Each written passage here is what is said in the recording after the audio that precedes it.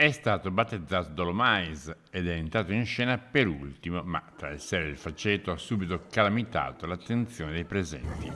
A lui è stato affidato il compito di disincentivare comportamenti poco rispettosi dell'ambiente alpino. Noi crediamo fortissimamente in questa campagna perché c'è la necessità di arrivare anche a chi normalmente non frequenta le nostre montagne per dirgli: attenzione, state passando il limite, andare in montagna significa andarci in maniera rispettosa, consapevole, con grande attenzione all'ambiente e anche agli operatori e ai rifugi. Con le normative Covid siamo andati veramente in controtendenza. Il rifugio è il posto per eccellenza che non può applicare le norme Covid se non con sacrifici e riduzioni di fruizione veramente importanti.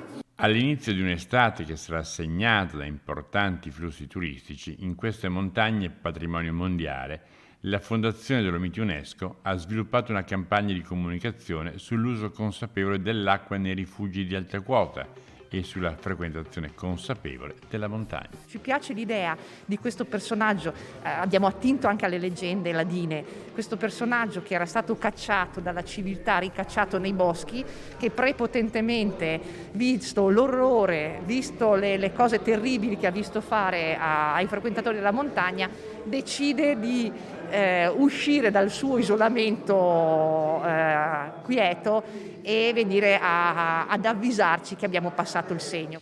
Per un dolomitico una giornata in pianura, il commento?